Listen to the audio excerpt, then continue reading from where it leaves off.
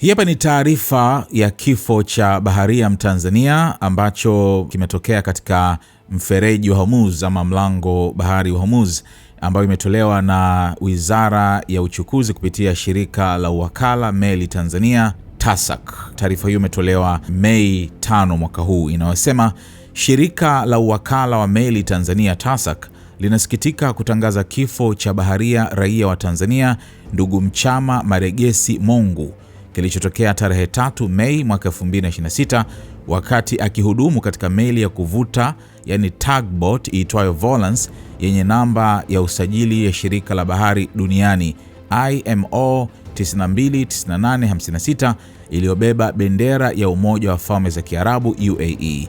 Chombo hicho kilikuwa safarini kutoka nchini UAE kuelekea nchini Oman.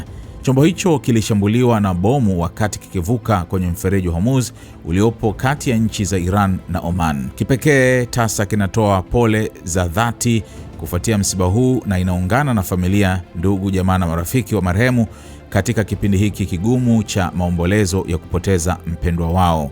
Kwa sasa TASAC kwa kushirikiana na Wizara ya Mambo ya Nje na Ushirikiano wa Afrika Mashariki zinafuatilia kwa karibu taarifa za tukio hili ili kuweza kurudisha mwili wa marehemu nchini mara tu mwili huo ukipatikana. TASAC inaungana na IMO kusisitiza umuhimu wa kulinda maisha ya mabaharia wanapokuwa baharini, hususan katika maeneo yanayohusisha haki ya kupita kwa amani, innocent passage, kama inavyolindwa na mkataba wa Umoja wa Mataifa wa sheria ya bahari UNCLOS.